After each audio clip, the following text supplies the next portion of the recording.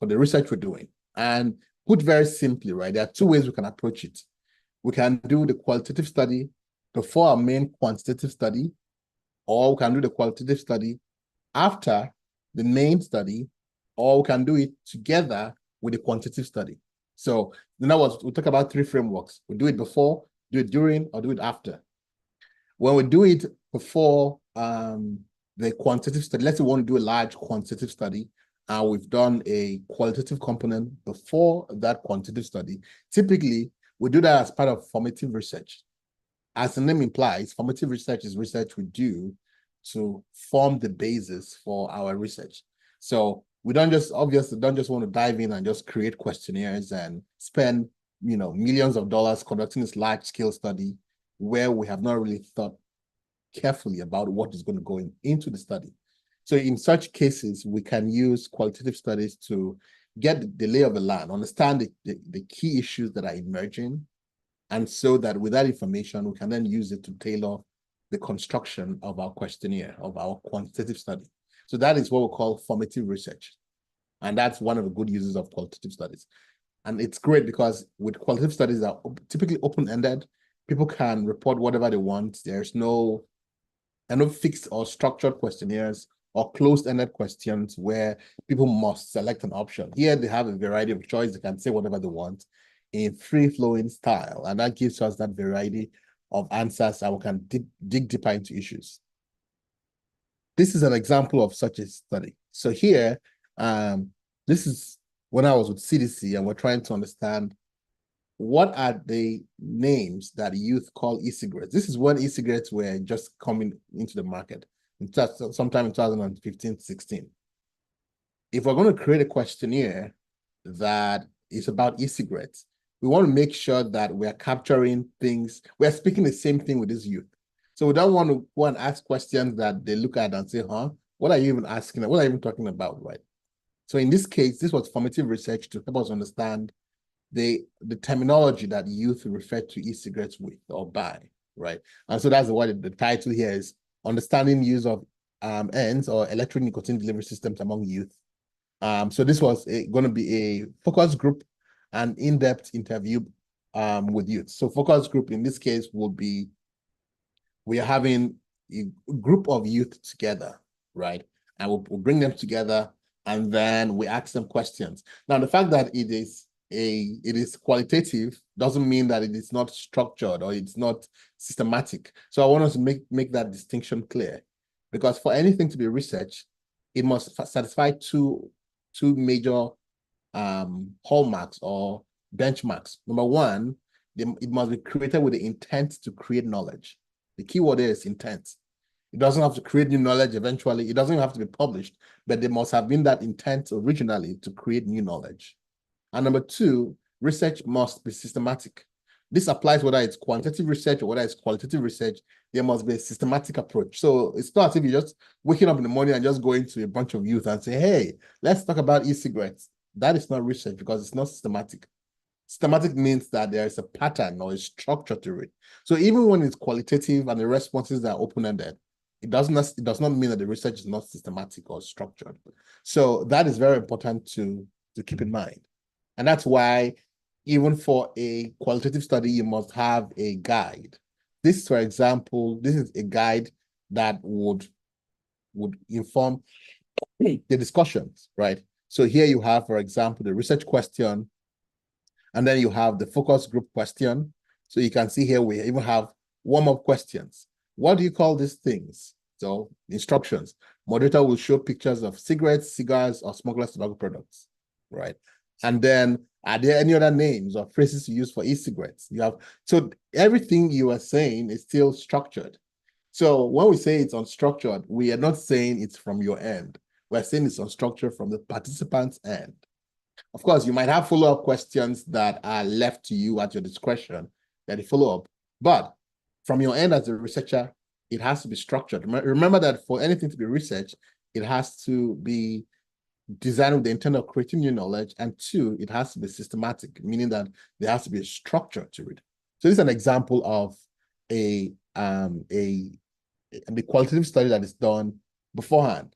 before the quantitative study. The whole goal of this is to help us get a list of names which youth in the US or in that population call e-cigarettes, so that when we design our questionnaire later on, which is now the quantitative study, it'll be well informed. We are not just plucking the names from the air.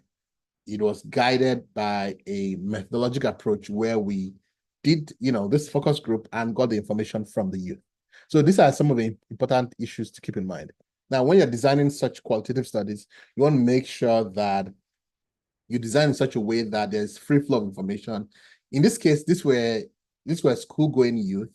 So we want to make sure that we separate, let's say middle school and high school students, because those are very different age groups. You don't want the discussion to be dominated by just one particular group.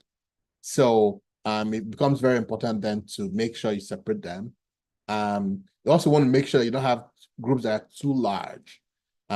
People who are very shy may find it difficult to express their opinions in groups that are rather large. And so groups that are small, you want to make sure that there are warm-up questions before the in-depth questions, and that it's structured. So every person who's going to conduct the interviews or the interactions has a guide. So it's your job as a researcher to create a guide. This also has to go through ethical review. So if you are going to submit ethics approval, then this is you have to submit this as well to make sure that you're not asking questions that are not appropriate. And also, most times when you do this kind of things, you might video them. It's very important to make the users understand that the video audio will only be to get the information that relates to the topic and will be destroyed afterwards. And this is the reason, again, why you have to go through ethical approval, because if you're going to be capturing what people said verbatim, then there's a danger there. It's the danger of loss of privacy and many, many other things. And so that's why, for qualitative study in particular, where you might be using direct quotes from people, you need to make sure that your study goes through ethical review. So this is an example of I'm going to share this example with you afterwards, so you can have a look at it and review. But the point is that for qualitative studies like this, you have to develop a guide. And if you're doing it in person, now it doesn't have to be in person. If it's in person, great, all the better. But now you have, you can do it virtually. For example, you can have it done on Zoom, where you have engagement with individuals and transcribe. Modern platforms all have the capability to record things, and so that way you can capture the responses and then transcribe them, so that informs your subsequent work. So this is an example of formative research we do before the main quantitative study. And again, like, the whole goal is to provide us with information so that when we develop our questionnaire, then it's based on actual information we got. And this is also why we call things of this nature as study instruments as opposed to questionnaires, because study instruments include guides or semi-structured interview guides like this. It also includes closed-ended questionnaires. It also includes questionnaires that may be open-ended instruments. So that's why we collectively call all of these things study instruments as opposed to questionnaires, because this is not a questionnaire, obviously, but it's study instrument still. So this is an example of a qualitative study we might do before the actual study. Now, like I said earlier, we could do it before, in the middle, or afterwards. Now, when we do it in the middle, we are trying to kill two birds with a stone. We want to collect information on the quantitative parts, but we also want to collect, more open-ended questions that would guide us in our analysis. In other words, the qualitative component is supposed to provide the why, or for the things we've observed. So we've observed X, Y, and Z. The question is why. So in such a case, let me show you an instrument that might align with that. Let's see. Yeah, okay. So here, this is an example of an instrument that has, for example, a combination of open-ended and closed-ended questions. So here you have closed-ended questions. And we ask closed-ended questions because they're very important for quantifying things. If you want to provide percentages you want to analyze data quantitatively, if you want to do things like regression analysis, then your data must be captured in a quantitative manner, right? You have closed-ended questions. But you might also want to get some additional context for why people have answered the way they have. And so in such a case, you can then provide open-ended questions at either at the end or in between. So here, for example, we have a whole section after the quantitative questions. We then have open-ended questions. And it says here that in this section, we would like to get your insights on a variety of issues. There's no right or wrong answer. Just type your responses into this box. So the questions are asked, the users can then type their answers accordingly. And that way, we can then analyze them later and begin to understand why did they answer this way, right? We're not necessarily interested in one person's answer. We want to look at the overall pool of answers and look at emerging themes from those answers. This is also a great way for us to, if we have things that we want to look at in terms of materials or files or attachments, we can also ask people to upload them. So we might be interested in how people educate patients in their units, for example. And we can say, all right, please, can you attach an example of an educational flyer? Maybe you can take a picture of it and include it, right? So that we can include it in our analysis. So this is an opportunity for you to get that kind of information. So open-ended questions doesn't necessarily mean that it's only like type your answers here, right? It could be things like attach a file. It could be things like dates, or open-ended simply means that you are not the one supplying them with an answer, that they can supply an answer from their mind, whatever that answer is. So think of the broad range of things that will encompass. It will mean this kind of paragraph type questions where participants can type whatever answers they want into a box. It could mean multimedia questions where they can attach a file. It could mean a single value question where they supply an answer where, for example, it could be like, how old are you when you first did XYZ, or, like a single value, right? It could be any of these things. So any question where you are not the one confining the respondent's selection or answer with a set of options is open-ended, right? And it's always a great idea to include that option of open-ended answers, so we actually get the full range of answers that are there, and we're not the ones confining the user's answers with our own preset options. And then the third option is for us to do the qualitative component after the quantitative study. And so in this case, for example, we might have done a quantitative study, done the analysis, and like, this is some of these things here are, the results emerging are quite interesting. Let us try and understand them better. So we develop a questionnaire or a qualitative guide based on those findings that are confusing. And so we can then capture that afterwards. But of course, as you can imagine, that's expensive because now we're doing two separate studies. You have to do the quantitative study first, then you have to analyze the data, and then you have to then go back and do the qualitative. The context may have changed between the time you administer the first survey and subsequent, in completely different context. So this middle option is always a great option to go, where we can combine 2-in-1, do the quantitative, also do the qualitative, right? We can also think creatively of how we can have the best of both worlds, where we can say, if we have a question, let's say we have a structured question, and participants who answered a particular way, let's have them explain their answer so that we can say, oh, you said here that so and so. Can you care to elaborate further? So that we're not waiting until afterwards, then we do another study. We don't have that kind of money or time. We want to be efficient. So that's one way we could use. And this is where logic comes in. Logic is simply the navigation guidance provided to participants in the survey, so that we can say, if you answered so and so, just come and answer this question here, right? And then that way we keep a very dynamic survey where people with specific answers are routed to specific parts of the questionnaire. So that is one way. So But essentially, that's the reasons why we do qualitative studies to provide more context and more light, and where we can kill two birds with a stone, we should absolutely. And so in the next part of the session, I will spend some time to show us how we can set up open-ended questions in the Chi-Squares platform, and how we can also set navigation so that we can route individuals dynamically based on answers selected to different parts of the questionnaire. But before I do that, I won't stop here and see if there are any questions from what we've presented so far. Any questions?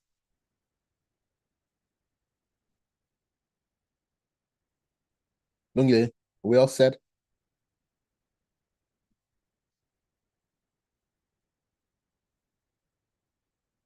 Okay, I'll assume there are none then. All right, so I'm going to go over to the Chi-Squares platform now and see how we can set up our qualitative questions on the platform for people who might be interested in, for example, doing only qualitative or a mixture of both quantitative and qualitative. Right, so let's do that. So to start that, I'll come over. Does someone have a topic they want to volunteer first of all, so we can use that as a case study, so it doesn't feel so abstract? If you have a topic you want to suggest, you can drop that in the chat so that we can use that to create a simulation of what we're talking about.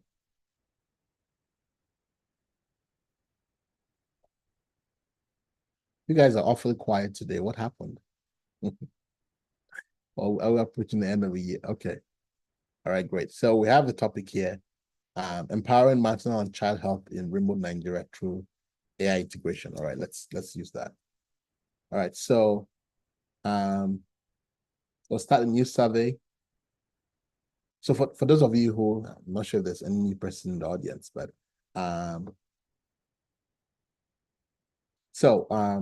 to the Chi-Squares platform is a one-stop shop for research. You can do qualitative, quantitative research, or whatever it is you're doing. So to start a new survey, you'd come to Survey Design tab here and click on Start New Survey. So let's do that.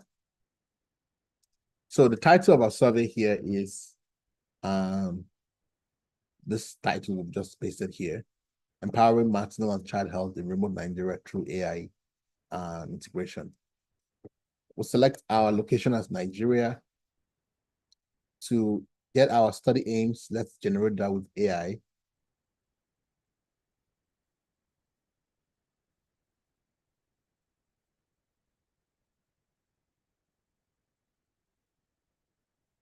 All right, so these are the suggested aims from AI to assess the current state and utilization of maternal and child health services. Okay, let's add that. To explore the perceptions and attitude of healthcare providers towards the use of AI. All right, and then let me add one more.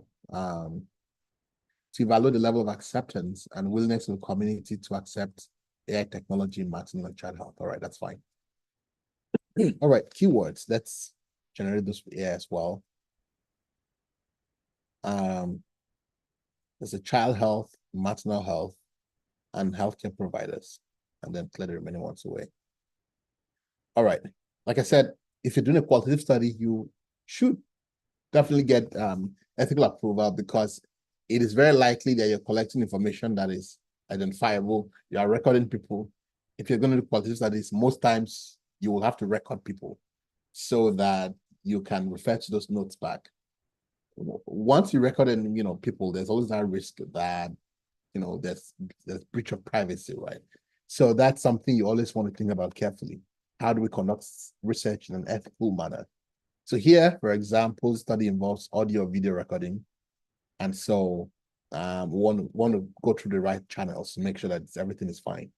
So we've set up our study. We can add collaborators to participate in our study. If we have emails, we can type the emails of collaborators and assign them a role, for example, as a co-lead. And we can add as many collaborators as we need to. And once we save, they get emails inviting them to be part of a project. And so now our study is set up. This is the title we had. And this yellow banner is here because our study might need ethical review or approval. If we wanted to set that up, we can click here and complete this form, and that sends it on its way to an independent ethical review board known as the DataSys IRB. But for now, we're going to just close that. We just want to focus on the setting up a open-ended question on the Chisquares platform. All right, let's get that started. To do that, let's come to choose question. Let's start from a blank survey because we just want to create our questions de novo. The question form, we can select the question type we want. Now, these are the question types that we want for open-ended. The whole family of written explicitly as open-ended questions. Now, when we open that, there are many questions that fall under the category of open-ended. Again, remember that open-ended simply means that you are not the one that is supplying the answer, right? Or the answer options. The participants can supply whatever. So open-ended questions, this is a misconception. Open-ended questions do not necessarily have to be unstructured data, right? The fact that it's open-ended does not automatically mean that the data are unstructured. You can have open-ended data that are structured, but you can also have open-ended questions that are unstructured. In general, when we want to analyze quantitative data, we want to do it with structured data. And when we want to do more of thematic analysis, we want to do it with unstructured data. So when you come to open-ended questions, your choice now as a researcher is to determine, do I want the open-ended questions to be unstructured, or do I want them to be structured? So structured simply means that it must, as the name implies, abide with a specific structure. So if you're collecting, for example, open-ended questions that are numbers, let's say I'm asking how old are you? And I'm not providing you with a set of options to pick from. The fact that the answers are coming from you in an open-ended fashion doesn't mean that I want them to, I just want you to type anything you want into the questionnaire, right? I just want you, for example, to make sure that your answers are numbers and that you're not typing, let's say, 54 in letters. I want them to be numbers. So I can still impose some structure, even though the questions in of themselves are open-ended. So open-ended means that, yeah, it's coming from your mind. You can type whatever number you want. But as you're typing, you must abide by certain laws or principles or instructions that I have put in place. So I have put some structure, even though it's open-ended. So again, we shouldn't conflict those two things. That it's open-ended doesn't mean that it has to be unstructured. We can still impose structure. And that's on the Chisquares platform. We provided the tools to allow you to impose structure to questions that might be open-ended, so that when you're analyzing them, you have a less stressful life. So let's go through the options for open-ended questions. One is a single value text question. As the name implies here, let me expand this. Here, the user supplies a single number or word answer from memory, not from a list.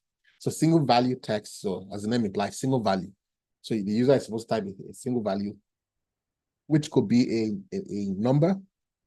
For example, how old are you? That's a number. Or it could be a word.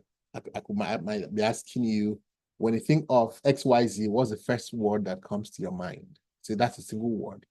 Now, of course, the fact that it says single word doesn't mean that it has to be exactly single word. It could be just a short word or phrases, But the idea is that the user types, their validation in place to make sure that it doesn't exceed whatever you have allowed it to be, right? So you control the whole operation. You have the mandate and the tools to say, it's open-ended, but not like fully open-ended. I want the answers to only range between X and Y, right? So you're still putting some constraints around the data. And why are you putting constraints? Well, so that people don't type in nonsensical things. If you ask how old are you, it's very unlikely that anybody is 2,000 years old or that they're 200 years old. So it might be that I want to impose constraints on the upper limit. I also want to impose constraints on the lower limit. Why? Because you can have minus 5 years old, or age cannot be in the negative, right? So because those are the very things that lead to data cleaning later on. one of the saddest things in research is that we have collectively come to agree or accept that data cleaning is a part of life or it's a part of research. No, it's not. Data cleaning occurs, one, because of our own failures as researchers to understand the difference between valid data and nonsensical data. And so we just allow participants to provide any kind of thing they want. And then later on, we now start removing all this nonsensical data they provided, right? So we need to understand the difference between nonsensical data, nonsensical meaning that it doesn't make sense. There's no sense in the data, right? And a response of 2,000 years makes no sense because it's out of the context of reality.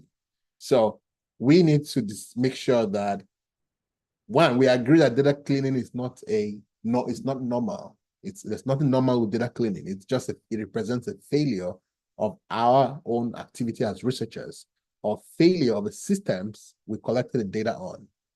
So we may know the right thing to do, but the platform we collected data on simply does not give us the tools to do what we need to do. That is still a failure. So whether the failure comes from us or comes from the platform, it's a failure. That is why we need to, that's why we eventually have to clean the data again. So we want to have a change in our mindset. Instead of allowing bad things to happen and then later on trying to correct those bad things, well, why? That is just double work. Why don't you just prevent those bad things from the very start?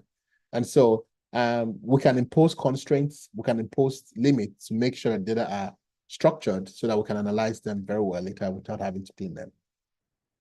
Then the next type of open-ended question we have is the multi-line text. Multi-line is paragraph style. So this is where you can say, oh, just type all you want in your own words. And the user types accordingly. Then next we have multimedia. Multimedia questions are things like video, audio, photos, files. And this is great because you might want to capture video. And particularly when you're doing, if you're doing research in areas that there is high risk of misclassification, you can also think of how do I improve the validity of the responses we're catching in ways that are more objective. For example, if I'm a tobacco researcher and I'm trying to assess percentage of smokers that smoke menthol cigarettes, instead of me asking them, what kind of, do you smoke menthol or non-menthol? How about I just ask them to, can you upload the picture of the cigarette pack you last smoked or that you have on hand, right? And then they take a picture of it and then they upload it. Then I can then make the determination of where the last cigarette they smoked was menthol or non-menthol. Of course, there are limitations with that approach. The cigarettes they have on hand may not be representative of the cigarettes they've always smoked, and that's fine.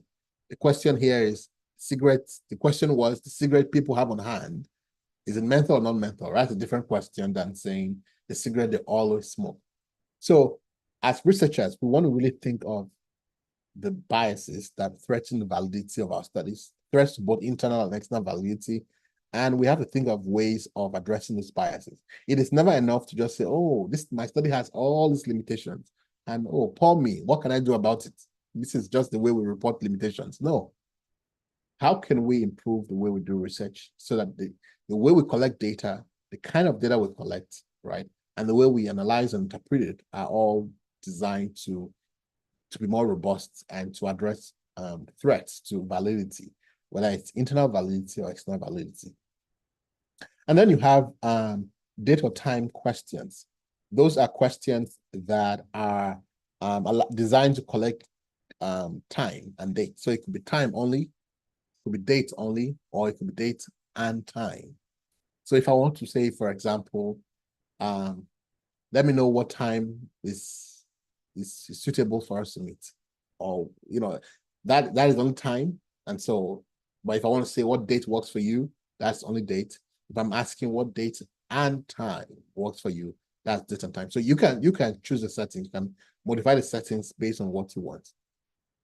Now, we have other questions that are not necessarily questions, but are also very important in the context of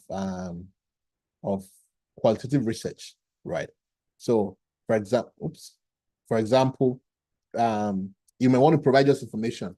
A qualitative study is very interactive. So it's sometimes you might, especially if you're collecting data on a questionnaire, not everything is a question. Sometimes you may just want to provide some information to keep it very informational and very free-flowing. this is where we have prompts.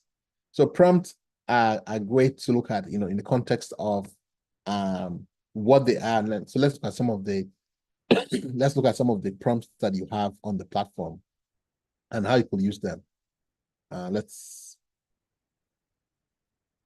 So one, you have a section header prompt. Section header, as the name implies, is if you have a questionnaire that has several different sections, you could try to divide it into, so instead of having one extremely long document with dozens of questions, you divide the questionnaire into sections. So for example, section 5, open-ended questions. You provide some context to engage the reader to know what they're going into next, right? And then you have the sections that keeps it engaging. So that's what the section header prompts are. They allow you to engage the audience in ways that are meaningful. So you provide the title here. So for example, in this case, this is what will go here, section 5. Open-ended questions, sorry. Right. So open-ended questions, that will go there. That's the header. And then the body is what goes here. So here, this is what I will now put this part here. Why do I keep coming to this space? So the description is what will now go into this text right there, right?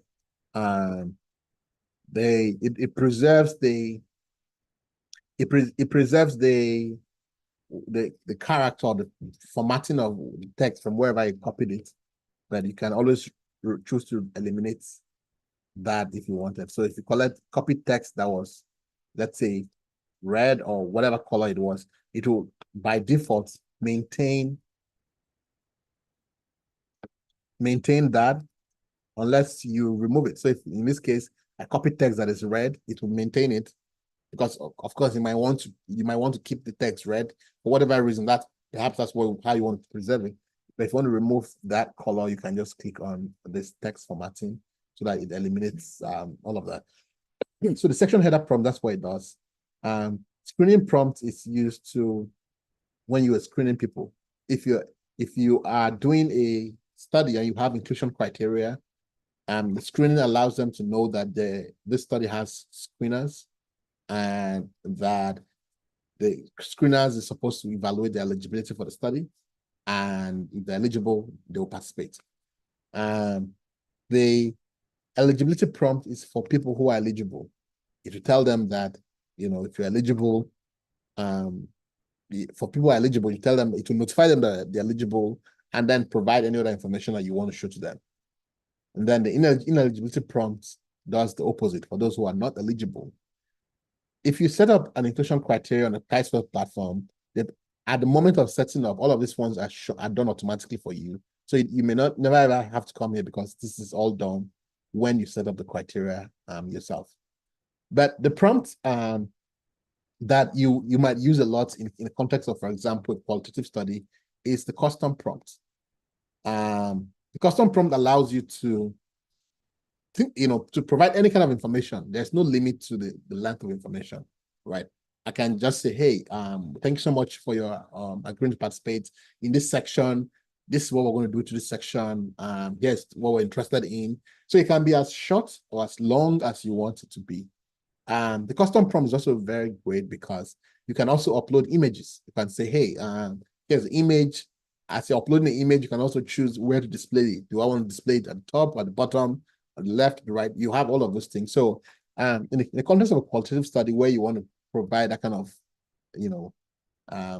communicational flow between yourself, especially if you're doing it in the context of a survey, the custom prompt becomes very important for you, because it allows you to, not everything in a survey is a question. There's also interaction where it's just providing information, and that's where the custom prompts allows you to do anything you want. So you provide a title, and then you can type whatever it is you want to type. You can add images, you can do anything, So that is also very helpful in the context of a qualitative study.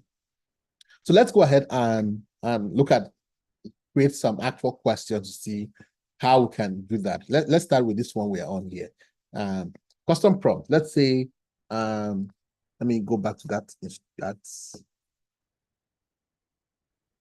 study we had,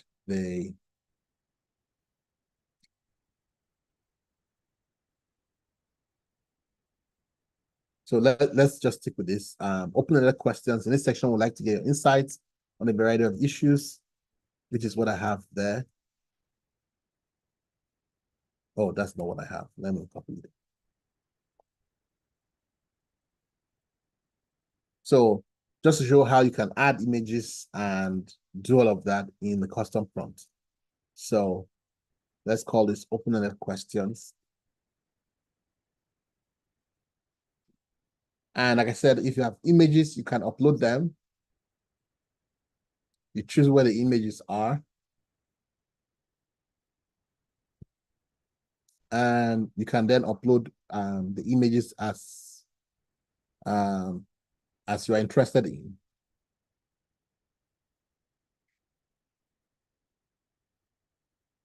So here I've uploaded an image that I may want to display to participants.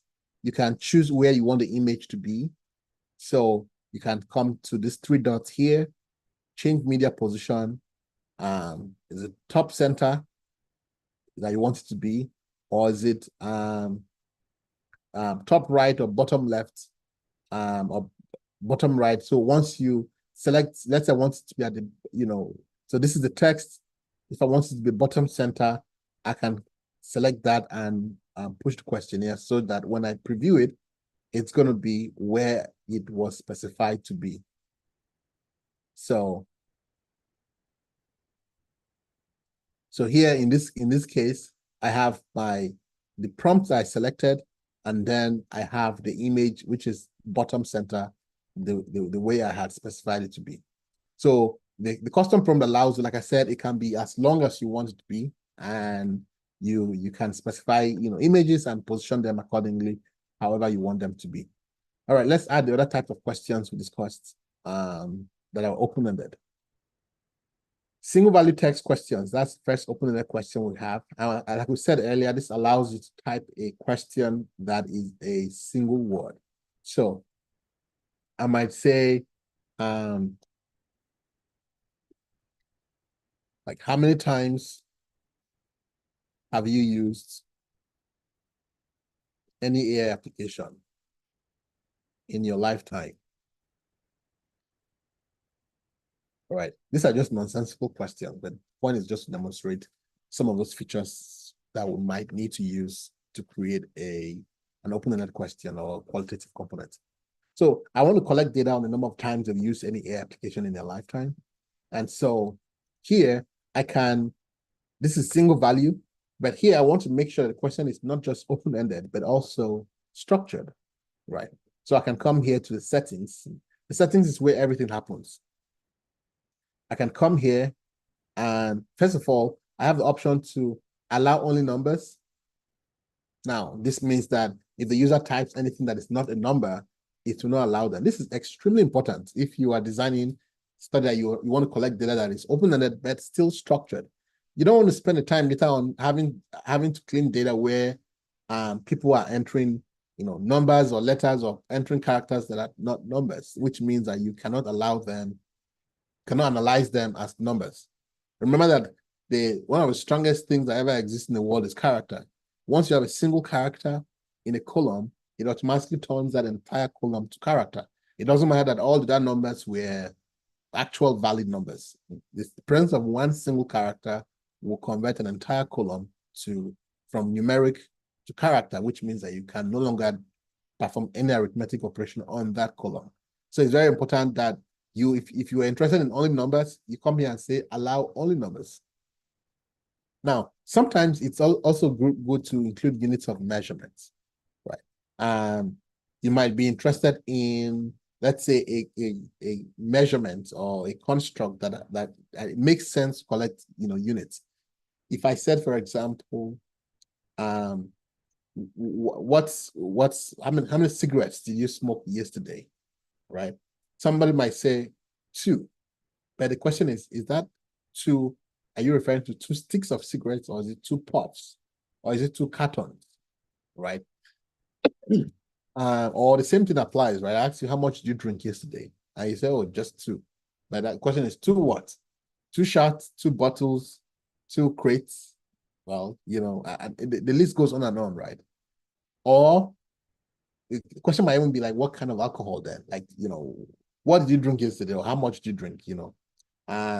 Or whatever the circumstances are, we might need to capture the unit of measurement.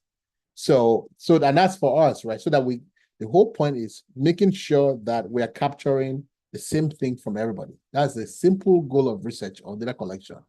We cannot compare apples and oranges. We can only compare apples to apples. So imagine somebody actually drank 2 cartons, but you are now equating this guy that drank 2 cartons with somebody who drank 2 bottles. Why? Because you failed to collect data on the unit of measurement. That is your analysis is complete. Any inferences you're making from that research is completely wrong. Why? Because it has failed to factor in the units of measurement. So what you ought to have done is should have collected the data on the unit of measurement. So, and then convert everything to one same standard. So you're comparing apples to apples. So in a nutshell, if you're doing research that involves anything that involves volumes or physical quantities, whether it's volumes, whether it's distributions, whether it's, you know, quantities, you always want to think about, do I need to capture units? That is a question that once you're in the realm of physical quantities, you should always be thinking about units of measurement. So if you need to collect units of measurement, then you can just check this box that says provide units of measurement. And then you will have to specify the units. And we don't know what you are trying to measure, but you can then provide whatever it is. So let's say I am interested in, let's stick with the illustration we're using earlier. Number of sticks, or number of how much alcohol did you drink yesterday? And we have let's say pints, we have bottles, we have crates, and so on and so forth, right? And let's say for people from certain places who might need, I need to add an option for a whole truckload. And so that's the units of measurement there. You can also choose to impose minimum and maximum values. Again, remember, the moral of the story is that data cleaning is not normal. It's not a normal procedure. It is a failure of our own responsibility as scientists, or a failure of the platforms on which we collected data. So whenever you're cleaning data, know that something went wrong. That is something that is entirely preventable. So if something is preventable, let's just prevent it. So here, this is all you have to do to prevent problems with data cleaning later on. So what's the minimum value? Obviously, if somebody entered minus value, you will have to come back later on and start correcting those issues. So you have to think not after the bad thing has been done, but before. So the question is, what minimum could we impose? Well, in this case, for example, the minimum could be 0. And the maximum, well, we can just leave the maximum open-ended, right? That is how you set up. So the settings here is not just for show. So if you're going to use this setting, always come to this icon and explore the settings to how do you make sure that the data you're collecting is fit for use and that you have addressed issues of data cleaning before they even arise. So changing this question, how much did you drink? How much alcohol did you drink? This is completely different. We have completely very different tangent. But again, it's just to demonstrate how you should think about these things when you set up the question here. Did you drink yesterday? Please enter your. So remember also that every question must have 3 components. We've been singing this thing like a song. But again, I'm going to sing the song so that we're all on the same page. When you're designing the question, every question must have 3 parts: the question, the instruction, and the answer. It is not enough to just provide a question and how much alcohol did you drink yesterday, and then just walk away. Every question must have the question stem, the instruction, and the answers.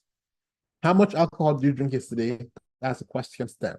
The instruction, please enter your answer in the box below and select the unit of measurement. Right. And here, let's give it a variable name, alcohol. And what is this this is a label. The label is essentially this is what will later on become the variable name. If you've ever collected data on, let's say, Google Forms or SurveyMonkey, you have to collect the data first. And then when you download the data, you now have to start assigning variable names as part of data cleaning, because the entire question stem is what is the variable name. And so obviously you can analyze it that way. Again, remember that every time you're cleaning data, it's a failure of systems, right? Your failure or the platform's failure, but something failed. So to prevent that, you assign variable names right when you are creating a question. If you don't know what to type, well, you can ask AI to give you suggestions, in which case AI will think about that and suggest some questions for you. So these are some of the suggestions that AI has provided. Alcohol, measurement, label. So let's say I want alcohol, and select that. The platform will not allow you to proceed without supplying a label, because that is what later on becomes a variable name. So we can now preview our question here, our answer, and here it is. How much alcohol did you drink yesterday? Please enter your answer in the box below and select the unit of measurement. So they enter their value and they select the unit of measurement here. That way we've solved so many problems and prevented so many problems down the lane. Issues of data cleaning have been completely addressed. We don't have to worry about that because it's been taken care of proactively. And then we can then add that question to our questionnaire.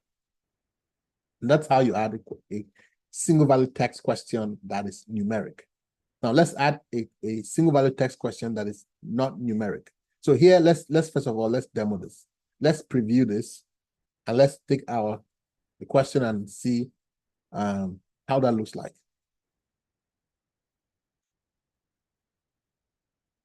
Of course, this is nonsense. So, but this is a prompt. This is a custom prompt. As we said, it's like it doesn't have an answer because it's not a question. It's just for the sake of conveying information to participants. So they read all the things you have to say. If you have images, you append them, and we go on to next. How much alcohol did you drink yesterday? So here, I'm actually trying to type letters, but see, it's not allowing me. So you cannot see that but on my keyboard, I'm actually trying to type all manner of letters. But when I now attempt to type a letter, now it allows me, right? If I also remember that I entered the minimum as 8, it will not allow the minimum as 0. It will not allow me to submit the answer. Minimum value must be 0, right? So it will not. So again, this is to prevent you from collecting data that doesn't make sense, that's nonsensical. And then the whole point is that you will still have to correct these issues later on before you analyze your data. So why don't you just prevent them from happening? Remember that they say prevention is better than cure. So that's how you do that. Prevent illogical entries from entering into your data. All right, let's see single value text question that is not numeric. So in this case, we are going to ask the same thing. Open-ended question, single value text, and it will be what's the first word that comes to mind when you think of AI?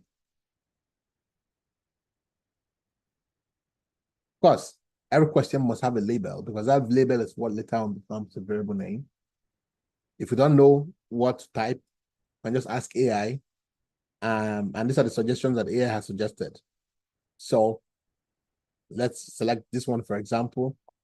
And the AI suggests the labels based on the rules. Variable names have rules. And when you're designing a platform like this, you have to keep in mind the first standards of data collection or data use. Data must be findable, accessible, interoperable, and reusable.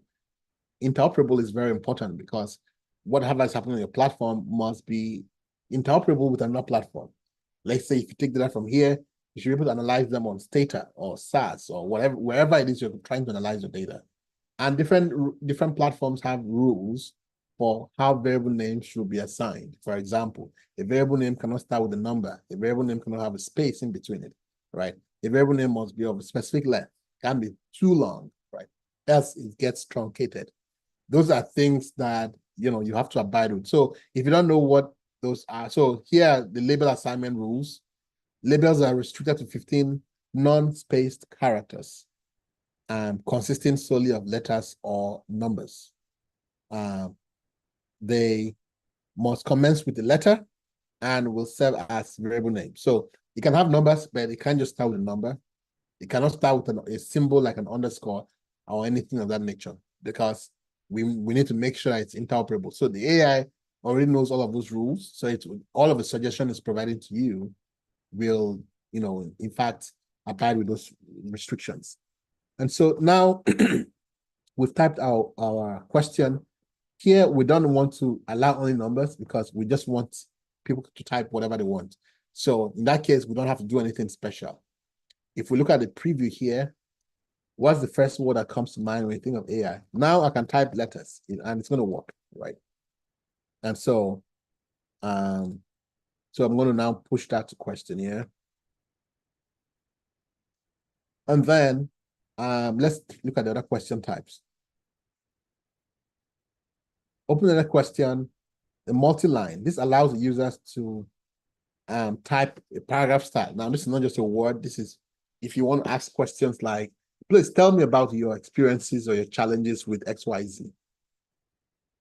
That requires more than just a word. So, so here you can say, please tell me about your challenges with, let's say, raising sheep. This is the question or stem. Now, again, remember, every question item must have three components: the question stem, instructions. You must provide instructions. Please get into the habit of learning to always provide instructions as part of questions, because that is what makes the question complete. Kindly enter or kindly type your responses in English language. As whatever instruction you want to provide to them. Like, what if somebody is more comfortable with speaking in Italian or in Hausa, whatever language it is? Well, we want the answers to be in English. We don't want to do some translation later on. Any instruction that you want to provide, just make sure you provide it in that second. That's why you have STEM, instruction, answer, so that the user knows we are all speaking on the same page. We know the rules of engagement as far as that question is concerned. So can you type your responses in English below? And then, here, let's call this sheep, right? And the paragraph text here is, you can also choose to, in the settings, impose minimum and maximum word counts. Just that one guy that will want to type a whole epistle for you, it might want to say, you know what, let's restrict this to a maximum word count of 300, right? So you cannot type more than 300 words. Now, if you want, let's say you want to get some like meaningful input. So you don't want, if I just wanted one word, I will have just use a single value text question. I want at least some depth. Some might say minimum, you should type at least 5 words, right? Now, you should note that, so that means that the user must type 5 words. Now, this doesn't make the question required. I can choose to make this question required by clicking this button, in which case the user must type 5 words before they move on. But if I did not make this required, this means that the user can choose not to type anything as an answer. But should they choose to type, they must type at least 5 words. So there's a difference there. You're not forced to answer the question. But should you choose to answer the question, your answer must be at least 5 words. So there's a nuance there. But if I choose to make it required, that means that you must answer this question and your answer cannot be less than 5 words. So you have all these tools to make whatever decision you want. You can add an illustrated question. Illustrated questions are questions where, as the name implies, we are illustrating text with images. All the questions on the Chisquares platform have the capacity to be illustrated questions, because you are consistently provided with this icon here, which, let me show you how that works. Upload file.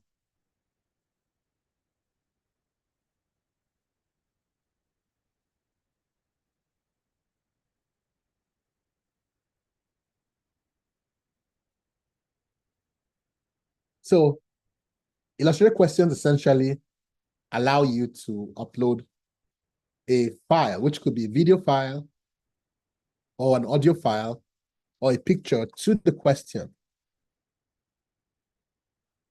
So here, this is how it's going to look like. Please view the media below, then answer the question that follows. The media is there, then a question. Please tell me about your challenges with raising sheep. Kindly type your responses in English below. And then they can type whatever it is you want to type. So illustrated questions in survey methodology are very important because they allow the participant to get context for what you're saying. Let's say you're talking about e-cigarettes. And the person, maybe they just do not, different people have different levels of remembering things. And that has the potential of introducing bias into our questionnaire design. Remember that when we're designing questionnaires, we want everything to be measured the same. We want to compare apples to oranges.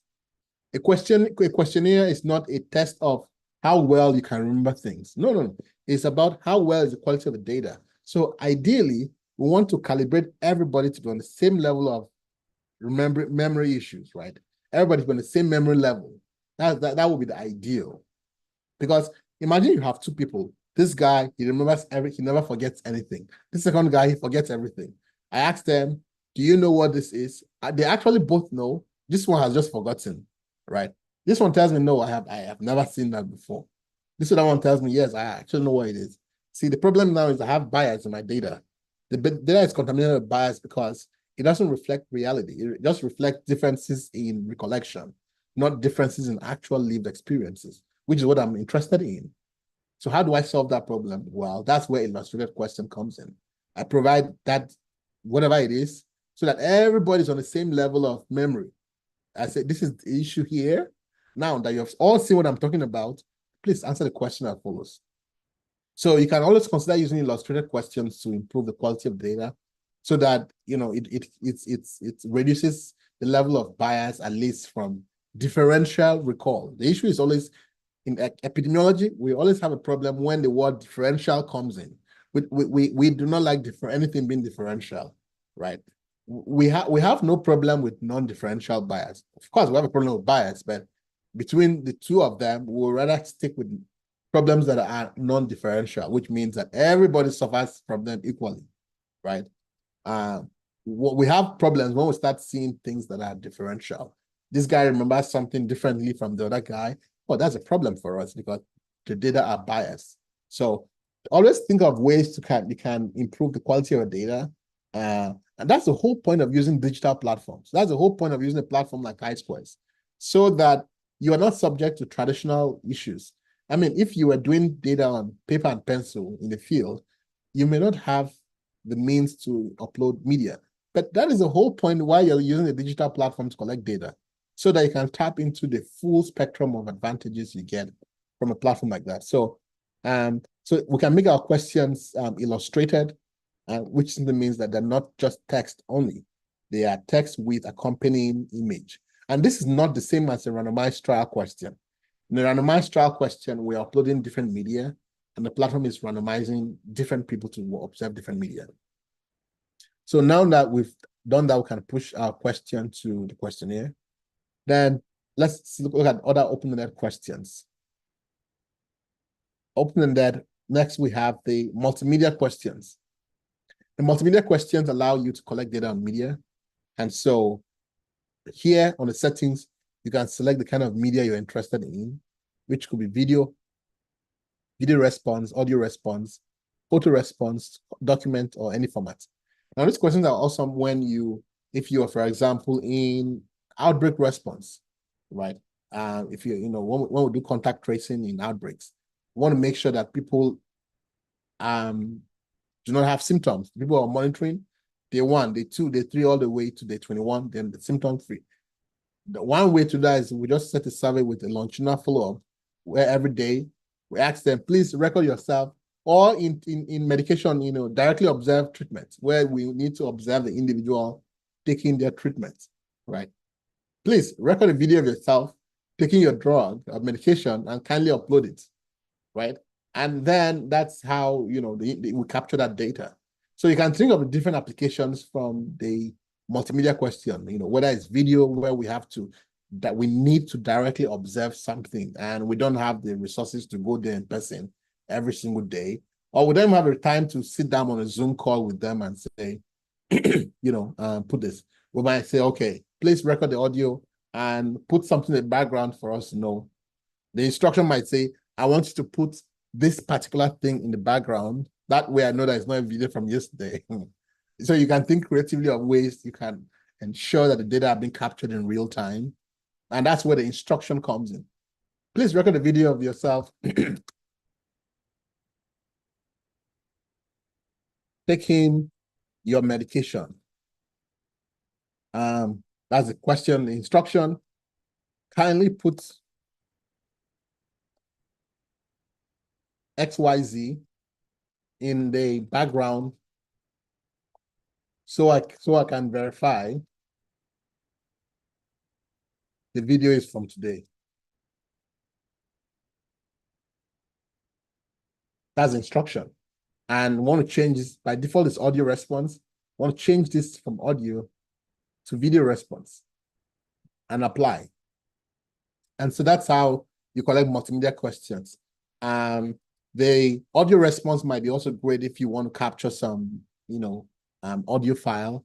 Photo response might be great if you want to collect images, like the example we mentioned earlier.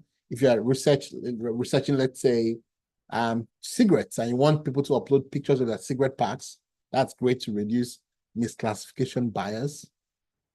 Documents. If you're doing an interview, let's say you want to post a job and you want people to respond, you don't have to go and look for a job recruitment software. You can just use this survey question.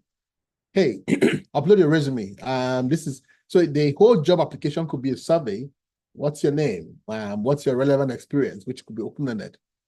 Please upload your resume here and upload it, right? So it's a tool that you can use for so many different contexts. You just have to be creative in how you think of things and how you collect the data. When we think of data collection, we think of surveys, but essentially any context where we're just trying to collect data from individuals, regardless of the kind of data, we can definitely do so. Right, so that's our open-ended question there. And then let's push this questionnaire. The label here is, let me just call this video. And then the last open-ended question was date and time. So here you can choose to there are three options here for you: date only, time only, and date and time combined. So let's look at some of those options here. The date only could be like, please select what date.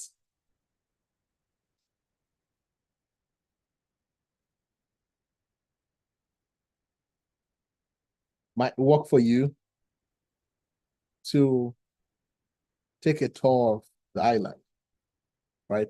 That's the question. The instruction, again, questions, instructions, answers. Please choose a date between ABC and XYZ, or whatever instruction you're providing. The whole point of this is not just to make things mechanical or just impose unnecessary rules, but it's to say that the whole point of providing instructions is that you want this person and you to be on the same page. Like, so the user knows, the participant knows what the rules of engagement are. And so there is no assumption. So the whole reason of providing instruction is to eliminate assumptions. So choose a date between ABC and XYZ. And so let's call this date only. Now, you don't have to, the fact that I told them to choose a date between ABC and XYZ doesn't mean that this person is going to comply. So I cannot just assume, or part of data cleaning is making sure that there's no assumption here. This date must be selected between those options that I have provided, because I don't have the time to go back and start cleaning the data and say, oh, but I told you to select only these dates. So that's where this is the issue of technology. So let's come to date only. You select the format of date you want. you choose a time zone you want to standardize your date to. And again, this is an issue of data cleaning. Imagine you're asking to this question of people around the world. Everybody is going to provide a time based on their own time zone. Now, you don't have 100 responses that are just from this is a nightmare because you cannot make sense of the data. You have to now start manually trying to standardize the data to the time zone you have. You cannot compare apples and oranges. That's the underlying principle of research. It's as simple as that. Apples cannot be compared with oranges. You can only compare apples to apples and oranges to oranges.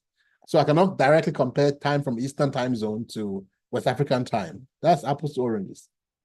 Now, I also have no interest as a researcher to start manually standardizing these things myself later on, because that is data cleaning. And we've established that data cleaning represents a failure, either your failure as a researcher or a failure of a platform you're collecting data on. Anytime you're cleaning data, just realize that something failed. You failed or the platform failed. It's as simple as that. So here, to prevent that, you select the time zone for the responses to be standardized to. Again, this is open-ended question because it's open-ended. The individual can select anything they want. Now, the question is, what time zone should we standardize responses to? So you select the time zone that you want all the responses to be standardized to. So remember that on the Chisquares platform, when you're downloading data, you have both the raw data set and the clean data set. The raw data set is exactly what the participants said. That's exactly what is put there.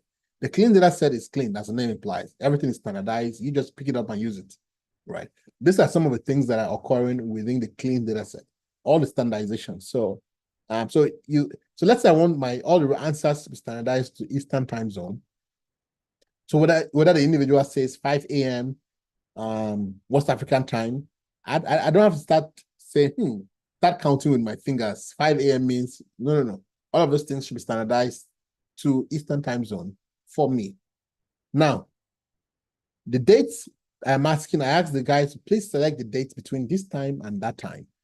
I cannot just assume that they're going to read. People don't read. So that's one thing you have to remember when you're setting questionnaires or designing anything that involves passing instruction to the public. You have to remember that people just do not read.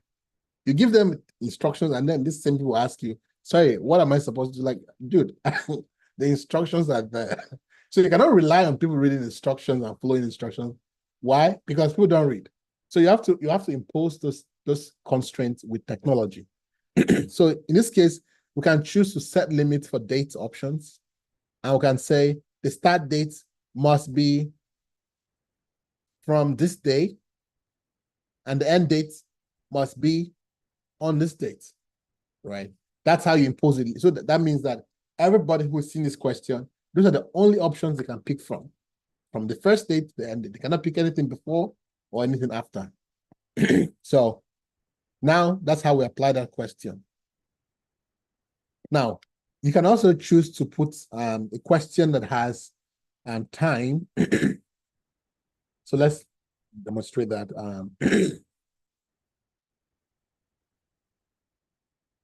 What time are you available on work days to meet? So this question here, if I want it as a time question, so here this will be time only. And I can select the clock preferences as either 24-hour clock, which is military time, or 12-hour clock, which is AM or PM. Let's say most people prefer the 12-hour clock. And then again, I have to standardize what time do I want to standardize the responses to. And then set limits for time options based on your selected time zone. So this is saying, well, I'm asking you the time that works for you, but first, here's the time that works for me. I only want times, and remember, I'm in the Eastern time zone. I only want you to provide times that work between 9:00 a.m.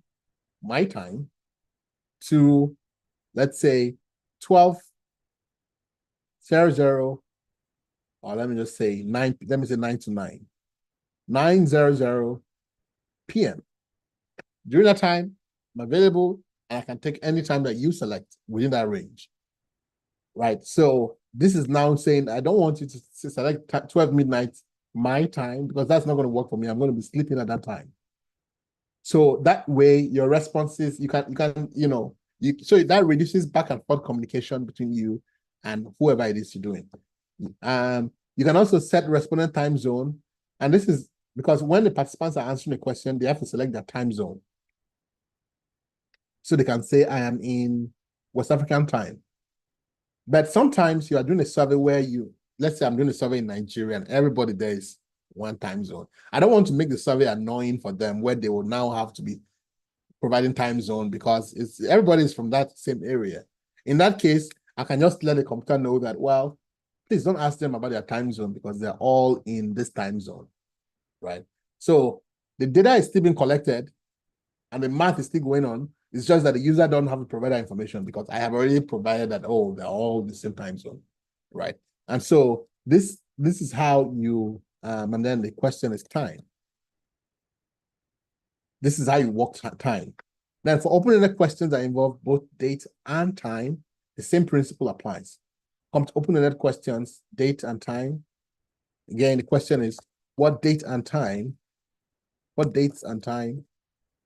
are you available to meet? Please choose your preferences from below, right? So date and time. Again, here I'll come to settings. This time, date and time combined. Select the format for the calendar. Select the clock. Now we have to choose settings for both date and settings for time. We'll choose the time zone we want to start. Again, is the same thing we did earlier. It's just that it's now together for date and time, right? We can choose the limit for date we want. Let's say we want between now and next week. We can also choose limits for time. Now, so we're saying that give me those dates, and within those dates, I only want to allow 9 a.m. to 9 p.m. So 9:00 a.m. to 9:00 p.m. And we apply. So that's how you set open-ended questions on the Chisquares platform, regardless of the type of question, whether it's single value text question, or it's multi-line, or it is date questions, or whether it's just prompt to provide navigational guidance. All right, I'm going to stop there and see if you have questions based on what we've covered. Lungi, do you have any questions for me? Hello, everyone. You can raise your hands if you'd like to.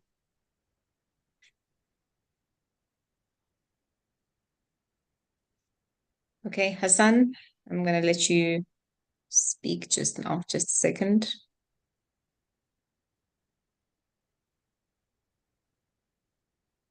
You can unmute.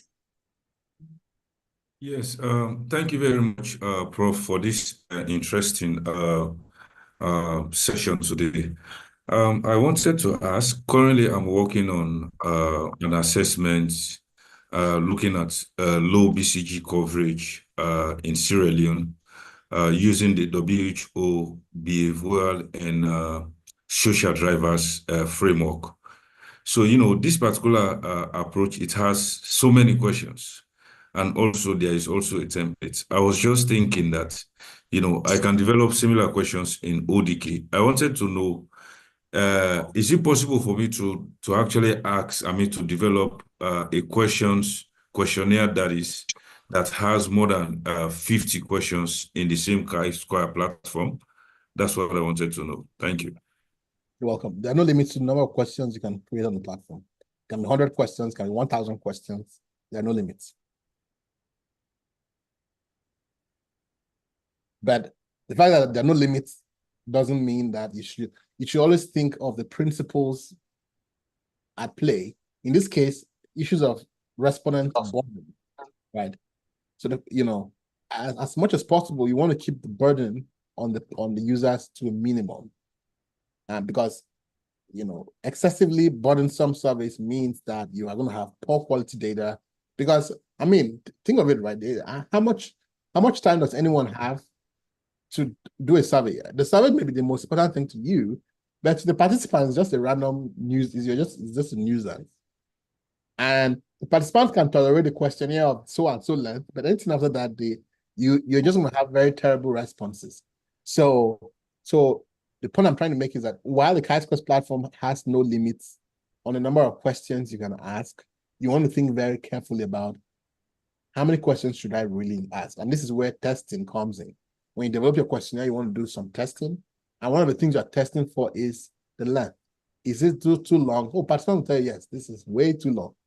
And if it's too long, how can you then, how do you increase response rates? You can think of incentives, or you can think of other things. And you want to think about, even though the platform has no limits, you want to think of the quality of the data you're going to collect at the end of the day. Yeah, Prof, I agree with you. So just like I said, I've actually reduced the question to, WHO has this huge amount of questions. It's a template. So I've actually reduced the number. As it is now, it's less than even 25. So that one, just like I said, because it has so many. But, I'm still not, I really wanted to really do this on this platform. It's also an opportunity for me to showcase to, more especially in my country, that yes, I'm doing formidable research because I've just submitted, I'm in the verge of submitting to the IRB for my organization. So that using this this platform, it's an opportunity for me to really showcase what Chisquares is capable of doing. I used to do it on Kobo Collect, Google Form. So wanted to use new things, but I will try. Definitely it's going to be challenging, but I will try how best I can do this. Yeah. All right, thanks. Yeah. So regarding choice of platforms, what I don't know the day, whatever platform you're using would give you the data you're trying to capture. So one of it, again, thinking just in terms of principles, is the data, is this platform fit for use? So that's the more important question we want to ask, right? Is it fit for use? So a platform like Google Forms, I would actively discourage if there are any folks who use Google Forms for research, yeah, I would actively discourage you, because Google Form is not built for research, right?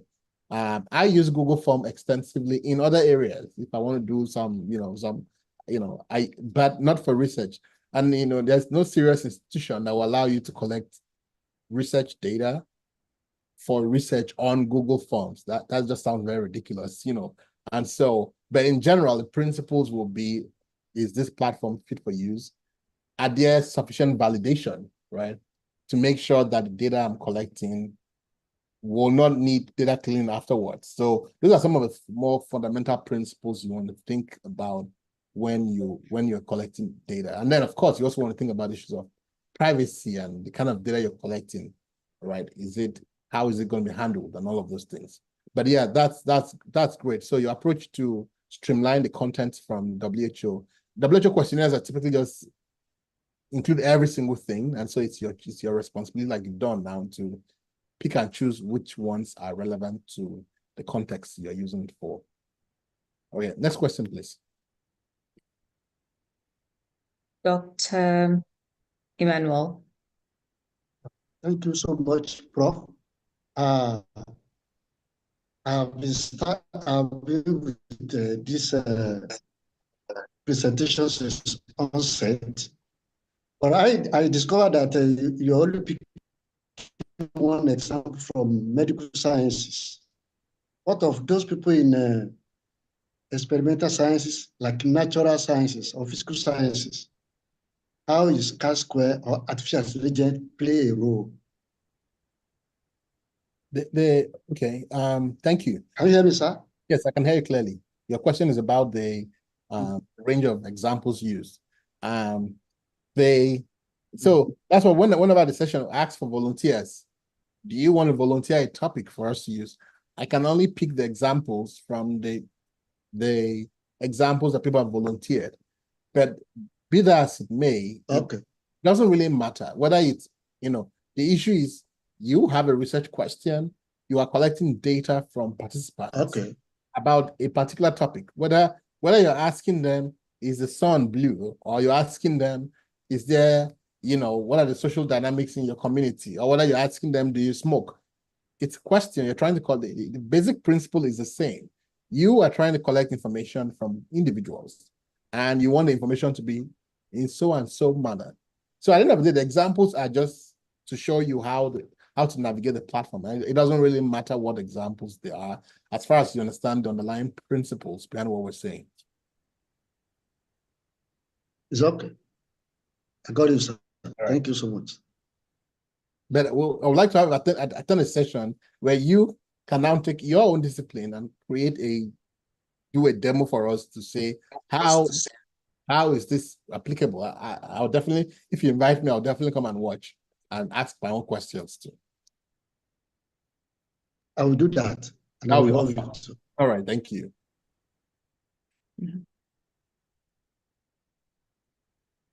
Any other questions?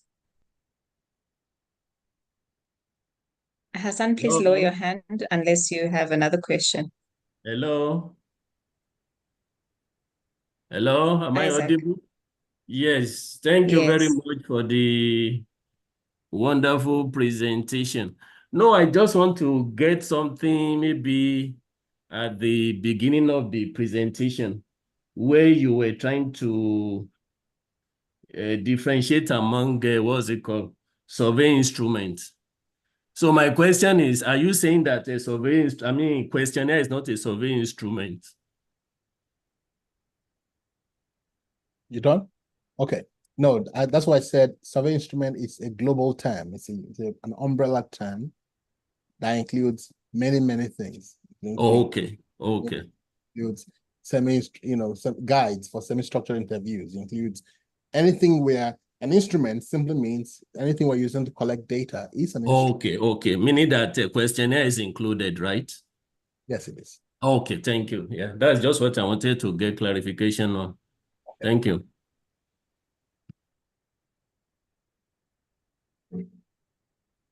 Any other questions? Yeah, sorry, one more thing. These Chi-Square website, because this is the first time I've been able to join this. The bulk of the previous trainings, I think, because they fall, within office hours, so I've been unable to probably join. Now, this Chi-Square page, is it something that we can also access, or is it only for the organizers? No, it's not for the organizers only. The link will be shared. And Lungile, please kindly share the link. Okay. Thank you very much. Bye. You're welcome.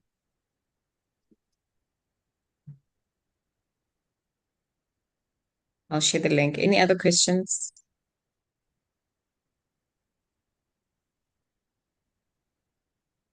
There's a hand raised, Kamaldeen Absalan. Yeah, thank you, Prof. You made mention that conducting a survey on Google Form doesn't make sense. Could you please explain more on this? Why it doesn't make sense to conduct research on Google Form? Thank you very much. You're welcome. So it depends on your institution. This is broadly dependent on your institutions. But first of all, institutional mandates.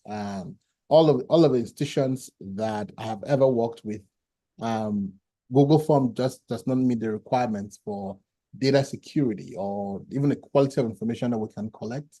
So just starting from institutional requirements, it is not built for research.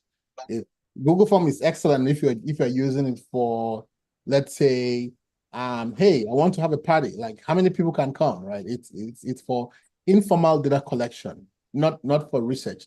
And here are the issues why. Apart from institutional requirements, think of the framework for research. We'll talk about the PICO framework, population intervention, control, outcome, and time. That's a framework that guides any kind of research we do.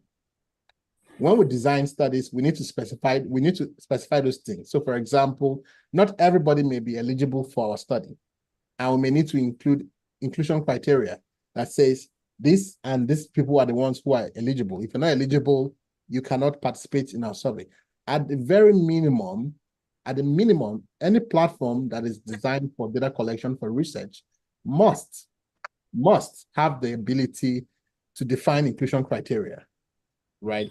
You can't do that in Google Forms. In Google Forms, you are stuck with allowing everybody to participate in the survey. So let's say I'm doing a survey. Let me see if I can open a Google form here. And let's see. Where is this? Google Forms. So this is a Google form, for example. So it's very convenient and nice, but again, like, so you even see the templates that Google has, even Google themselves, see the templates they've given you. Contact information, RSVP, party invite, t-shirt. This is telling you that these are the things that it's built for. It's built for you to collect information on social events. It was never designed for you to do research, right? So let's say you want to do the storage on this stuff is full. But my point is that at the very minimum, every platform that is designed for research must identify or must have coverage for the elements of PICO, the population. So population means that I want to say sorry, let me go back to my sub. Oops. I have so many pages open. Let's say I want my survey to include, let's say, only people who are aged 18 years or older, right? And I want to enforce that as part of my study. On the Chisquares platform, for example, I can simply create a question that has to do with, let's say, country. Let's say my survey only includes people who are aged 18 years or older and are from, let's say, Nigeria. I can create those questions and use them as screeners. So here, for example, I can create a question on country that says, which country are you from? Right? And specify that and say, let's use all countries of the world in here. So this is my question on country. And then I have a question on how old are you? Let me add that question quickly. Let's just drop down menu here to how old are you in years?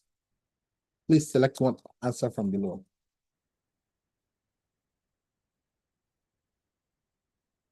And so here I have the questions.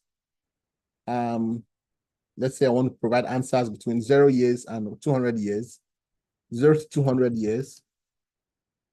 So they can then select which answer they want. So, and this is age. So I have created questions on which country they are from. Let me move to the top, and their age here. Now, at minimum, any platform that you're using for research, and I'm not even saying that you have to use Chisquares or you use a platform that is designed for research, right? Whether it is whatever name it is called, but make sure that that platform meets minimum standards for research. First of which is that you must, at minimum, be able to define inclusion criteria of flows within your survey. So it's not you telling people, please don't participate in this survey if you are not. No. That's not how research works. It has to be systematic. So at the minimum, I should be able to say, all right, let me impose logic. I can say logic is for inclusion criteria for this study.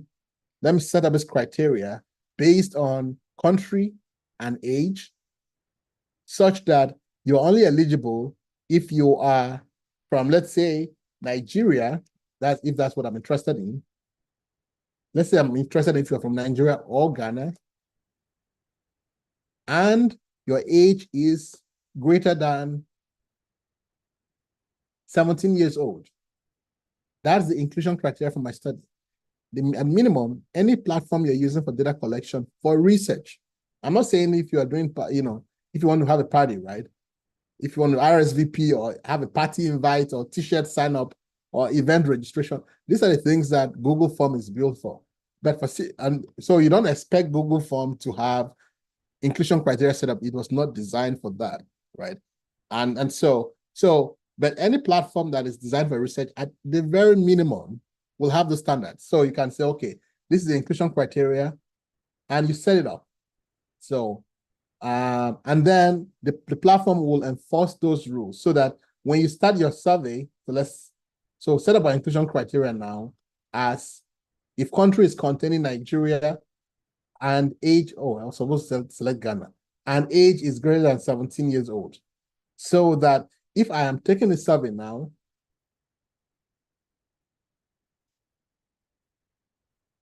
so right now I have screener questions. Which country are you from? Let's say I say I'm from Albania. And how old are you? It doesn't matter what age I select. Well, in this case, I am not eligible for the survey because I have not met the inclusion criteria. You are not eligible to participate. Every single platform you are using for research must, at the minimum, have the ability to set up the population. Remember, we'll talk about PICO, population intervention control outcome time, right? So P for population means that you should be able to define your inclusion criteria. You should also be able to define logic. And these are not like high-level next generation things we're asking for. These are like basics, right? So when you as a supervisor are creating, or supervising a student, master student or PhD, these are the things that you are supposed to make sure that are present in the data collection, right? That the data collection are collected in a way that data are fit for use and fit for purpose, right? And that, first of all, begins with, is the platform you are collecting data on even designed for research, right? That is the first thing you want to ask, first of all, before we even go into, the data collection, how's the quality? You collect data on a poor quality platform, of course, you are going to get bad data because it is not designed for that, right? And then issues like, skip patterns. Skip pattern means that some questions may not have relevance for some individuals. Let's say you're designing a survey on, let's say, smoking. Are you a smoker? Yes. Are you a smoker? No. Well, the next questions are for smokers. So if you said no, you should be skipped from those questions. And again, these are not like extraordinary requirements. These are minimum standards. Any platform you're collecting for serious research must have those abilities, right? And then the ability to also include consent forms. If we're doing research, we need to have consent forms. You see a lot on some forums where people will say, oh, please, I'm doing a survey. Kindly help me do complete a survey. I promise you that your information will be confidential. That is not how we collect consent in research. That the language in that consent does not even meet standards for how consent should be framed. Consent should be collected in such a way that individuals are aware of the purpose of the study, right? And there must be documentation of consent. So when you just copy paste some language in Google, in WhatsApp to a group and say, please you have not collected consent in a way that is appropriate for research, right? So any platform you're using for research must have the ability to collect consent from individuals, to process that consent, and to save that consent so that there is a clear date and stamp of approval or when they consented to participate in your research. Consent is a fundamental aspect of research. And so using a platform that cannot even handle consent is not, it's a no starter, right?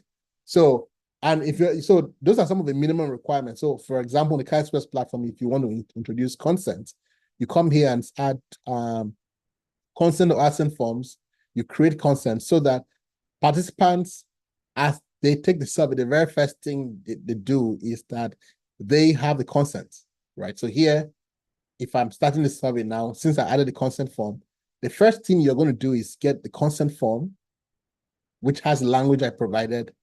Now, once you click accept, that information is stored. The date and time and the place where you sign the consent is electronically stored as part of your data set, so that when so there's proof of that I consented. It's not just that you are putting some information on WhatsApp and telling me that, oh, just read it and just continue, right? So there are minimum standards. Research is serious business. And if we're doing serious research, it becomes ridiculous for us to then do research on the platform that was designed to collect party invites. I hope that answers your question.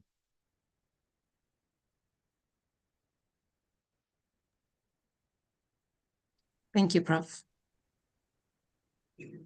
Any other questions? Abayomi, was that you?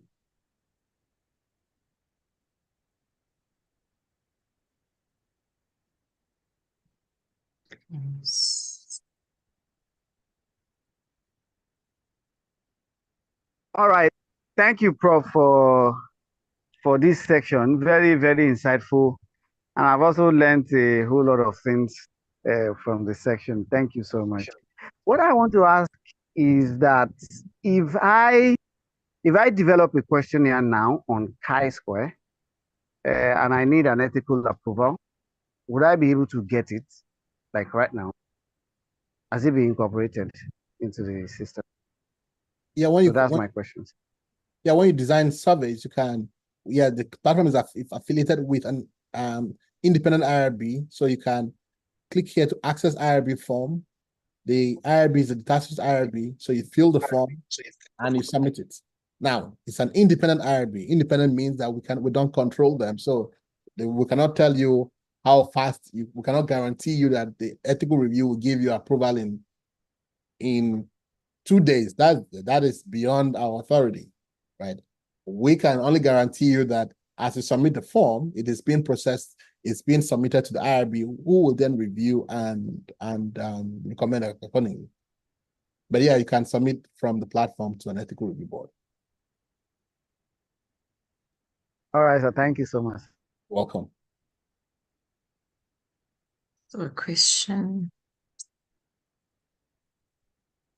Prof, what about using Microsoft Excel for data collection in relation to what you've just commented on? Kindly comment on it if it suffices the minimum requirements for research. Thank you. I'm struggling to see how you're going to collect data on Excel. Like how maybe you want to share how that's going to work. Excel is a spreadsheet, so you need to collect the data. Might eventually be in a spreadsheet form, but you need an interface where people can read the questions and then provide answers. So maybe I'm not understanding the question at all.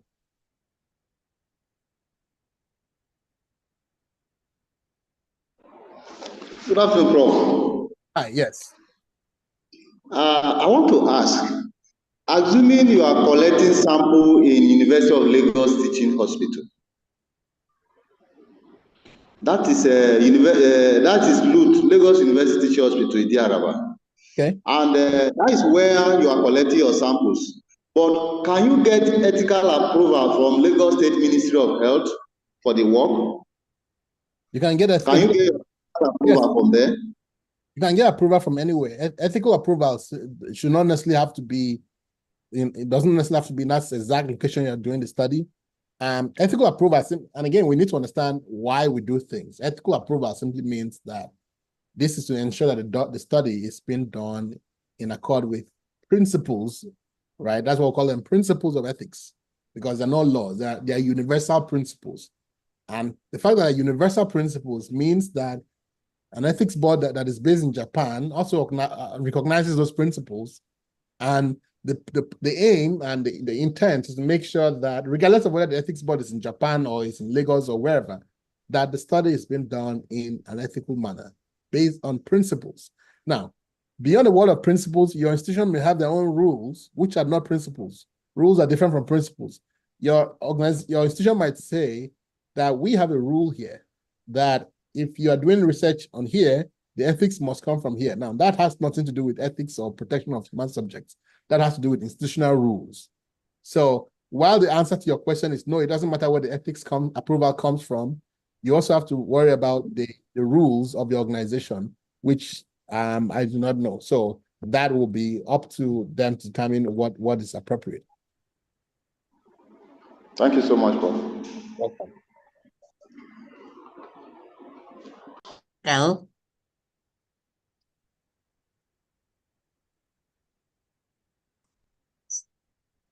You have your hand up. There's no name, but there's Del. Okay. Yeah, thank you very much, Prof, for that wonderful presentation. Sorry, I came in a little bit late. I'm Professor Issa. I'm a public health physician and currently with Bingham University in the Jos campus. We've had challenges with ethical issues when it comes to research amongst students. Now, for example, we carry out postgraduate program in Abuja and in the Abuja campus, and students carry out studies in other parts of the country as part of their fulfillment for the degree, for the award of the degree. And you get responsive. We have ethical committee at the teaching hospital here in Jos, and students, bring in their proposal for review, and they are issued. And you see here some other places like the State Ministry of Health and the other organizations, insisting that students must have their ethical clearance from them because the research is being done within their setting. This is a dilemma many students face, despite the fact that every ethical committee in the country is a component part of the National Health Ethical Research Committee, because no ethical committee is established without the oversight from this umbrella organization. And that is to establish uniformity across all ethical committees across the country. But you still have institutions. I've had some of my students complaining bitterly. For example, somebody is, wants to do a study, say in Plateau State or in other part of the country, and that part will insist that you must have ethical clearance from their setting. I recall one I had recently was a student who wanted to carry out a study in Nasarawa State, and in Nigeria, and the Ministry of Health insisted that the student must have that. Now, to save the students from unnecessary back and forth, and prevention of and preventing him from conducting it, I have to advise myself, well, we're already been given here, but go with that and then fulfill that to them so that you can move on with your study if you are still insisting. So this is the dilemma that we face. So sometimes when students had that, you just have no choice as a supervisor to advise the student to toe that line so that he or she can be done with the study and then move on. So this is one routine. On the other hand is when students, particularly outside the country, like in UK, US, are carrying out, they are doing, conducting their research, either for PhD or for any other program, and the setting is being done in Africa. You will find, and the study setting is in Africa, any of the country in Africa, there's a lot of back and forth when it comes to the issue of ethical clearance. And such a student is asked to obtain clearance from back home, as well as, so these are a lot of things, and I think we need to advise the students. We need to advise the students, particularly, apart from students, those who want to carry out study on way out, so that, people are not, they are not tied down, to issue that, that can be solved and preventing them from making progress. I'm just sharing my own my own experience with the issue of ethical clearance. That may help. Yeah, definitely. And, I did my training at NIH, my residency, and NIH has a very clear standard, the National Institute of Health. Let me show you that. And it's mandates. So NIH has a mandate, which is known as the SIRB mandate, which is the let's see, the single IRB mandate. This is not a suggestion. This is a requirement that it is completely unnecessary. In fact, the argument here is that it is almost unethical to be requiring multiple IRBs. Why are you asking for multiple IRBs when there is no evidence that multiple IRBs does not necessarily mean that the participants are protected any better? It's just a colossal waste of time, and everything in between. And IRBs also end up having conflicting recommendations. So what do we do then? So the practice of saying, if we're going to do study in 10 sites, then we must have 10 IRB clearances is a very extremely wasteful process that does not benefit anybody. And that's why NIH came up with this policy. It is a mandate that if you're going to use that, of course, there are exceptions to that mandate. But when you are doing a study, the default understanding should be that we are only going to need one that will cover all the sites, right? Now, unfortunately, countries have their own policies on doing things, but I think the problem sometimes lies in a misunderstanding of issues of principles, right? Like we need to ask ourselves, what is a principle? What are we even trying to achieve when we do ethical review? It is simply a way to protect participants. So if that is the case, and if it's based on principles, then it should be obvious as day that getting one IRB approval is enough to protect participants. We don't need to get 10 IRB approvals before we protect participants. Unfortunately, like I think there is a problem where we have completely lost sight of the principles behind what we do. We don't even understand why we do them. It has become just a procedure or an administrative requirement as opposed to being a core principle that is based on protecting participants. So the discussions of that are way beyond my pay grade, because that will have to occur within the institutions, and maybe the credentialing agency needs to go back and have a discussion about why do you do this and set standards. But unless that happens, and unless they also issue what they need to do also is to issue a mandate that says, let us all have the understanding that one single IRB coverage is enough. You don't have to have 10 IRBs for 10 sites. One of them is just enough. So that conversation needs to happen, and they have to also issue a mandate or a policy that explains that before changes can happen. Because I think for changes to happen, you need to have some directive, or there has to be an intentional effort being made to change that policy, or that practice rather, by means of written policy. All right, next question. Prof. Yeah. Good afternoon, Prof. Thank you so much. My question is not directly on this topic, but it's something that's been bothering me. But it has to do with the platform as well. On the sample size calculation, on the platform, when you set up, there are parameters one have to set up before now getting the results. But my question now is, when you use that formula to calculate the sample size manually, you get a sample size that is far smaller than what the platform will give. For example, if you're calculating you want to get a sample size, and you've put all the parameters. Okay, put all the parameters. Yeah, okay, percentage. Can we do Yes, this? so, let's do it in real time so that we don't have hypothetical scenarios. Okay, so I'll be telling you what to put. Okay. Percentage. That is okay. 50% is okay. Move down cluster.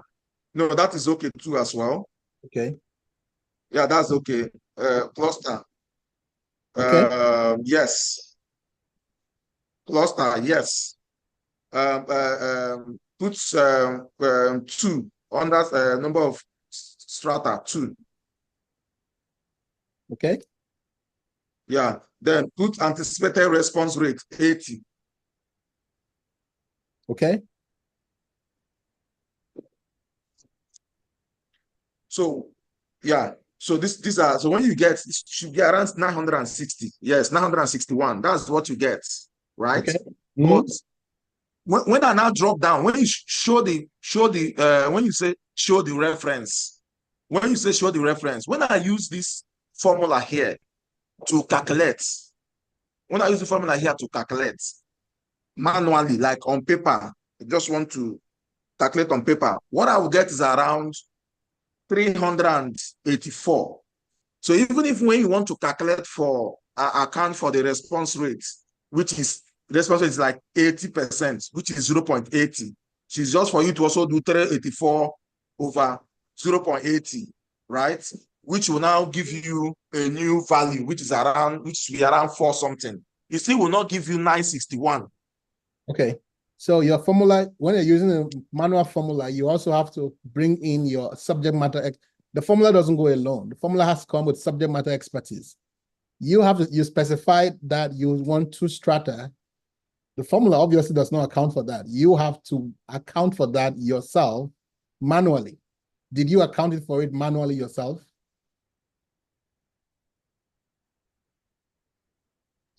Rob, said that again. I didn't hear you. When you use the formula manually, you have to Yes. bring, along with the formula, you also have to bring in your subject matter expertise to account for things yourself. Okay. You specify that you want 2 strata here. Did you account for that in the formula? So now, I also tried to, like, when I did it the first time, I said, okay, fine, because I want to do this in 2 strata, so it means more or less like going to be double. So I more or less also, maybe perhaps that's where I got it. I'm missing it, but I just, like, in my head, so okay, since this is 2 here, I just doubled what I have. It still did not give me 961. Though again, I was thinking, okay, maybe perhaps the platform is also making some input around maybe adjustments. Maybe there are other adjustments that will bring the figure to this number. So I was just, like, trying to, like, when your students are asking you question, like, you've introduced them to this platform and they want to also use manually and see whether they will get the same result, and they're not getting the same result, and the question is coming back to you, like, if you somehow not, I told them that I'll unravel it. That was my response. I'll kind of. So the formula here, you don't just use a formula and then expect you get what is here, because there's a lot of adjustment that goes on in the background for a lot of other things that are to be accounted for. So here, for example, you have 3 things being adjusted for in the background. One, you have what we call the finite population correction factor, which does not appear anywhere in the formula, but it's something you must be aware of. So whenever you take a formula and you say you want to calculate it, it assumes that you have the subject matter expertise to know what needs to be accounted for in the background, right? Otherwise, there will be no need for the platform, will there? So, so you need to account for the finite population correction factor, which essentially, can we please meet up? The finite population correction factor, FPC, is meant to account for scenarios where the sample size you've already gotten is more than 5% of the parent population size, right? That is not explicitly mentioned in what this is providing you is just the base formula. So that has to be clear. It's the base formula upon which, a lot of corrections are made. When you're trying to make a dish or whatever it is you're making, there's a base foundation that provides a baseline on which we add a lot of things. The formula here is not the final thing that gives you this. It's just the base formula on which we're adding things. So you have 2 options here. The option 1 is to take the formula and calculate whatever you're doing without the adjustments. And you can say, all right, this is exactly what was included. Or you take the value here, which is accounted for other things like the finite population correction factor, the response rate. Of course, the formula doesn't have anything that has to do with response rate, right? Now, did you also account for response rate in your calculation? Because you say you accounted for strata, but did you also? Yes, I did. Yes, I did. I did that one for so when I did the first one, like using the formula the way it is, it gave me 384. Then I said, okay, fine. When I look at the formula again, I started looking at each of the variables here to say, okay, what have I not accounted for? So, okay, fine. The first thing that came to my mind was this response rate. I said, okay, to calculate the response rate is also like use the number I've gotten, which is 384 divided by 0.80. So that will now give me the new value. That gave me the new value.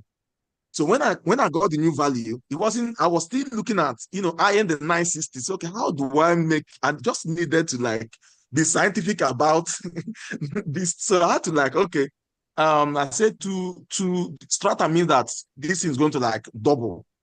I quickly, okay, so okay, let me literally double this number. It was still around, I think that was around 8 something. Yeah, around 8 something. So I was now, on top of my head, I was now saying, okay, perhaps the system was now calculating some kind of adjustment to say, okay, give or take, anyhow it is, this particular number, once you're able to reach this particular number, you have everything covered. So that was the only answer I had in my head. But I said, okay, let me just hear from you, so that when I'm also giving the feedback, I'm talking from authoritative, from authority that yes, this is certain. So, but from what you said now, yeah, the fourth thing I think I'm good to go. You have to adjust for the design effect. So you want to make sure that if you didn't put a design effect of, let's say, 1.5, right, or whatever it is, the design effect also, obviously, you have to account for it, and you also must know how to account for it in the calculation. You also have to manually account for the number of strata. You have to manually account for the response rate. And one thing that is not here, but it's in the background, is you also have to account for the FPC, which is a finite population correction factor. So, your job is to go and look for the formula for FPC and calculate it dynamically. The FPC is conditionally calculated when the sample meets a particular threshold that indicates that the sample is quite large relative to the population. That is when the FPC kicks in. So for you to get a number that is identical, you have to account for all of those things, right? So so that's your homework. You have to go and look for the FPC formula and calculate based on the ratio of the sample to the population size, and then also account for all of those other things that are on the page. Prof, you've made my day. In fact, these were the missing factor I was looking for. So with just this explanation, I don't look for anything again. Just these are the things that the platform took into account before arriving at this number, because they just wanted me to explain how the platform arrived at that number. And I think I got, but again, the additional thing, like you have said, I'll look for the FPC, right? Yeah, exactly, yes. Sure, I will do that. Thank you so much, Prof. At least I've learned one new thing today. Okay, you're welcome. Or any other questions? No. Okay. See? Yeah, no questions. All right, super. Thank you so much. All right, thanks everyone for attending, and I hope you enjoy the rest of your day.